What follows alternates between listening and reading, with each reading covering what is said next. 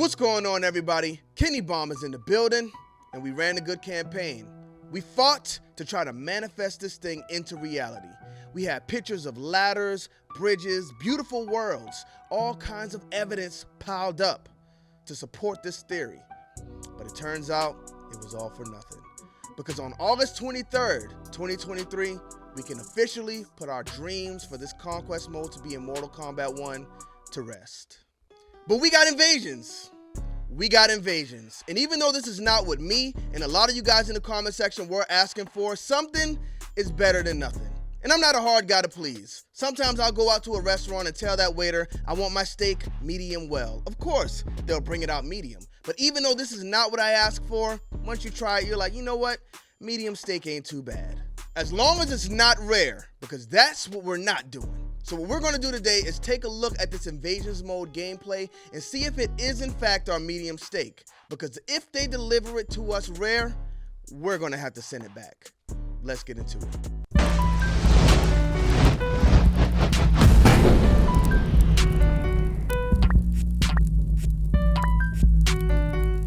Run, boy, they coming on. All right, before we get into it, shout out to everybody who's been asking for my thoughts on this invasions mode. I just got off work. That's why it's delayed. I had to sneak away to get that video done earlier, and I needed more time to dig into this one. Now, what we're gonna do is take a look at this video from IGN, because the video at GameSpot really does... Is it GameSpot or GameStop? It's GameSpot. The video at GameSpot didn't have any commentary, so watching that one, I had no idea what was going on. So let's hope Mitchell Saltzman gives us what we need here. Mitchell Saltzman, I come in peace. Don't strike me. Let's get into it.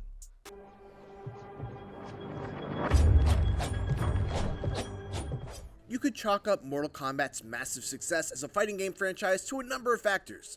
Its 30-year legacy, its attention-grabbing and unparalleled... Oh! So this is actually my first time seeing this video too, y'all. So this confirms the return of Test Your Might. And he's actually chopping an arm. We're not chopping bricks this time. Very interesting. Grabbing and unparalleled violence. You shame your ancestors. Whoa! We had to get up out of there on Test Your Might because if y'all couldn't tell, it got kind of crazy. But I'm glad to know we got it back. Let's continue. It is a surprising turn for the series. Mortal Kombat 1 is doing away with the crypt mode that has been a staple in the series ever since 2002's Mortal Kombat Deadly Alliance. Now we knew that, but it still stings to hear. The crypt was my favorite part of Mortal Kombat 11. Easy. I just hate to see they threw that away. Its place is a new single-player mode called Invasions that combines the rewards of the crypt with the wacky-themed battles of MK11's Towers of Time, and presents it all like a Mortal Kombat themed board game. While there are So that's pretty much what we talked about earlier. This mode is essentially just Towers of Time, where in Mortal Kombat 11 you would go to Towers of Time to unlock different things, go in there to get some money, and you take that money to the crypt to unlock different chests. Everything has just been incorporated into this one board game. Let's see what else we got. No dice rolls to determine how many spaces you move. Every space on the board houses some kind of themed event. The first board is themed around Johnny Cage's mansion, Casa del Cage. So when you stop on the first space, you'll need to fight against a Baraka that's apparently stolen the key to the front door. After that, you're able to enter the mansion and are guided through its rooms and halls. I do like that. I think that's very interesting that the spaces have different things. Now, if they got different rooms in the house and you got to find like specific spaces to get a key to that room and then make your way back to that room, I like that type of exploration, so I wouldn't be mad at that at all. Now, if we look at the UI here, it's interesting because you look under Kung Lao and it shows he's level 2. So it seems like this does have heavy RPG aspects, which is another thing I really like. And my goal would be to get my Sub-Zero to level 100. Now, one thing I would hope against is, let's say, some of these spots are harder than others. And let's say I like to use Rain and Sub-Zero. I don't want to grind all the way through this building and get Sub-Zero to level 100. And then when I want to use Rain, I got to start at level 1 against a spot that's level 50. I think that'd be kind of tough. If you think back to games like Arkham Knights, they did that. Like, you'd level up with Robin, and then you want to switch over to Batgirl, but now she's level 1, but all of the enemies are level 20. I don't like that. So I don't know. I don't know how we would actually do that. I don't know if I'd get the experience points with Sub-Zero and I could allocate them to whoever I want, even if it's not Sub-Zero, or will Sub-Zero level up himself and every point I get for experience goes directly to him. That's one thing I would want to find more about. Hopefully Mitch Saltzman tells us about it. Let's see. With more Easter eggs than you can shake a stick at. It's got everything from the famous Sega Genesis blood code. It's ABACABB. To the theater marquee from Injustice 2, and plenty more that any longtime Netherrealm fan is sure to catch on to and giggle at. Many of the fights have gimmicks to them, which should be familiar. So many of the fights have gimmicks to them. So this is exactly what we got in Tower Mode, or Towers of Time, whatever. When you go through there, it'd be like, freeze your opponent 8 times, and then you win the challenge tower. And we just saw like a Hellbat fly across the screen, so looks like this is going to be a lot like Towers of Time with each space. Now, one thing I really don't like here, I noticed. So if we look at it, we see we're clearly fighting Kung Lao. But what they do is just change the name so it's somebody random, Junior Monk. That's not Junior Monk, that's Kung Lao. They could have put some NPCs in here or something. You know, take his hat off and change his hairstyle, but still make him Kung Lao. They could have did something different now. Kind of a wobbler. To anyone who's played through any of Mortal Kombat 11's Towers of Time. In one, portals open up and have freezing ice balls exactly what we got in Towers of Time. On me. In another, purple zones appear and increase Now, don't gravity. get me wrong. When I say it's like what we got in Towers of Time, I don't think that's a bad thing because I had a lot of fun with Towers of Time and I killed a lot of those towers. There was one where you could like team up with different people and you fought like, kind of like Challenge 100 in Mortal Kombat 9. It's like a scorpion you'd fight and every time you hit him, his health barely goes down and you just team up with different people to take him down. I love that and I was in there a lot of times. It took me a while to beat him, but I love those type of challenges and I'm hoping when we get these invasions, they kind of play out like that. Making it impossible to jump in or use juggle combos. Sometimes they're not fights at all. One encounter was a survival challenge that demanded I avoid a series of energy balls by leaping over and ducking under them. I like that. A couple of other factors at play as well that serve to deepen. I like that. You know what? That's kind of like Street Fighter. Like where you got to destroy the cars or dodge the basketballs. And I always have fun with those mini games. It's kind of like a nice, a nice cool off moment when you're doing the same thing with fighting every time. So I do like different things like this. The mechanics. There's an elemental damage system at play where if you use a character that has the element of fire, they'll deal more damage to an enemy aligned with the ice element, for example. Ah, that's kind of Pokemon-esque. Energy balls in the survival challenge will do less damage to you if you're an energy type character. And you can also equip special talismans to give your character. All right, what is this? So upgrade talisman, components, inventory, flaming nether skull talisman. So when I think about talisman, I think about Ninja Gaiden. Like you get the talisman where you die and you can come back to life. This one says call a flaming skull that flies. Oh, okay. So this kind of gives us like the Tower of Time challenge powers. Okay. Select components to add powerful bonuses to your talisman. All right, so we get talismans and we can power them up in different ways. So it looks like the mode is pretty deep. A unique special move and potentially give them attacks outside their own element. What I really liked about the invasion mode is that there's a sense of progression that you never really got with the towers mode of previous games. You're leveling up your characters and adding stats to better handle increasingly difficult missions. All right, so I do love that as well, where it's a level of progression. Again, I love RPG games, so the fact that we will be leveling up our characters now instead of just going through random towers and they disappear, and it's you get the gear, but a lot of stuff is not the gear for the characters you're looking for, which we'll still probably get that in this one, but I do like the fact that we actually got, something to show for us grinding through this mode. But it shows here some of the stats that we can boost. Health 4, attack 4, special, defense, and agility. For our loadout, we got our cameo, whatever talisman, and a relic.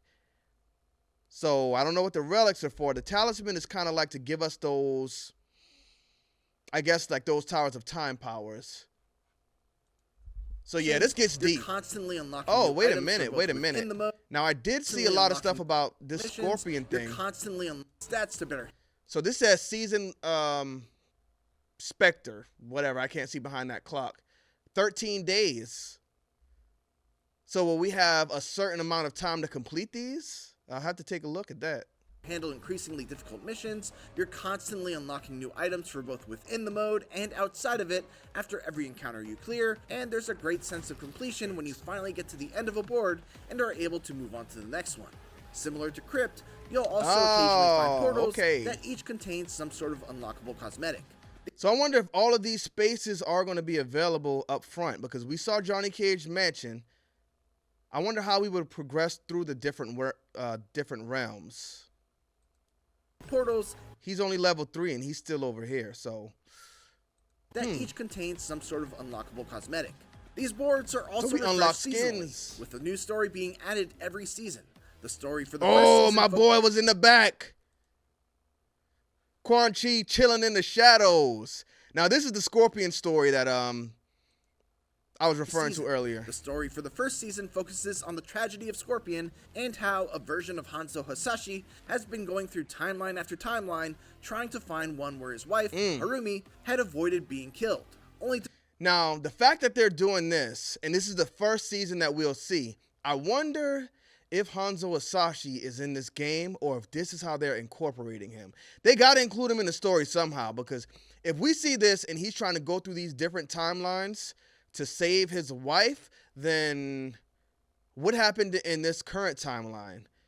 Is he on the team with the bad guys, upset because he can't save his wife? He has to be somewhere in the story, y'all, 100%.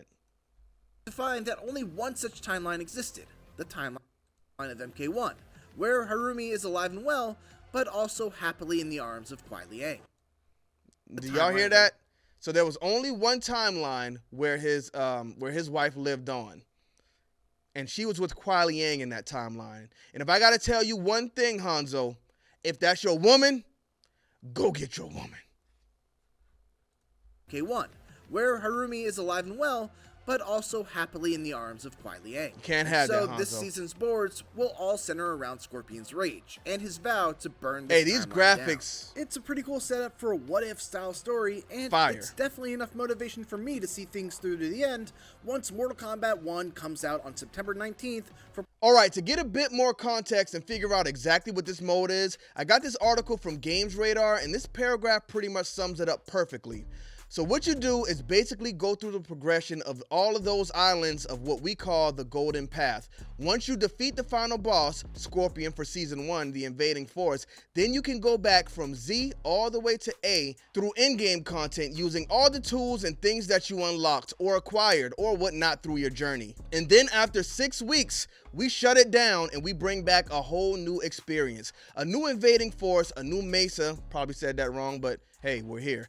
Different pathing, different rewards, different bosses, all of it. A new experience for another 6 weeks. So this is obviously not the Conquest mode I wanted to see in Mortal Kombat 1. But if you look at it and take it for what it is, this does sound like a really good single player experience. Like I always say, I love the Towers of Time. I know a lot of people don't like the grind, but I love the grind. That's why I love the Crypt so much. Because as long as you got something to unlock, you got a reason to play the game. And I feel like for a long time in Mortal Kombat, they've always given us a reason to play the game. We didn't have a Conquest mode in Mortal Kombat 9, but that challenge tower gave me exactly what I needed to stay engaged with it. I'm a single player guy. I like to play the single player modes better than going online. And I will be going on live when I'm live streaming, but if I'm not live streaming, I think most of my time will be spent in the invasions mode.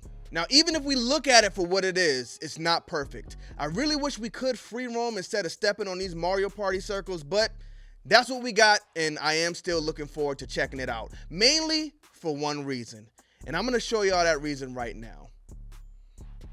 First, we do see the test your might here, and it looks like we'll have different type of kills. We saw Kenshi earlier.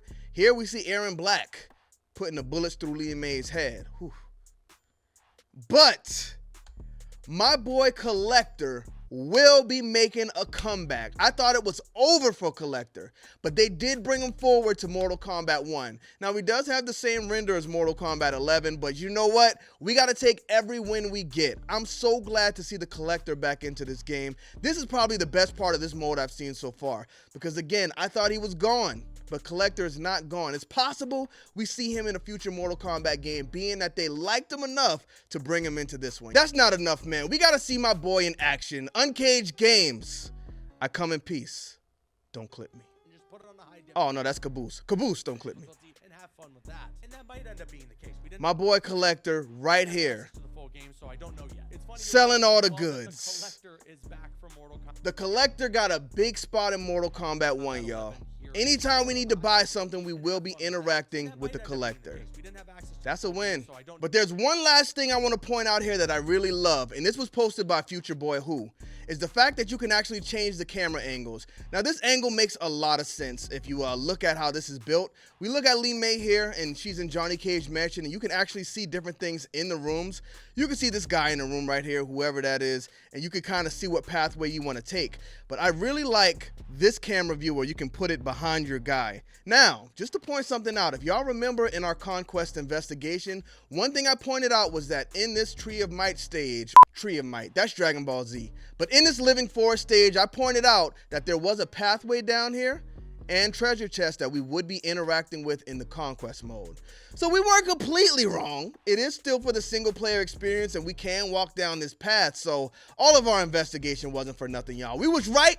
We just didn't quite hit the nail on the head. But thank y'all for tuning into this video. Again, I am looking forward to playing this mode. I'm going to be playing it live every time we get a new update. So I think that's going to keep us engaged with this game a lot longer. So I'm with it. Let me know what y'all think about it in the comment section. But thank y'all for tuning into this video. Don't forget to drop a like on it and smash that subscribe button. Bomb Squad. Let's get to that.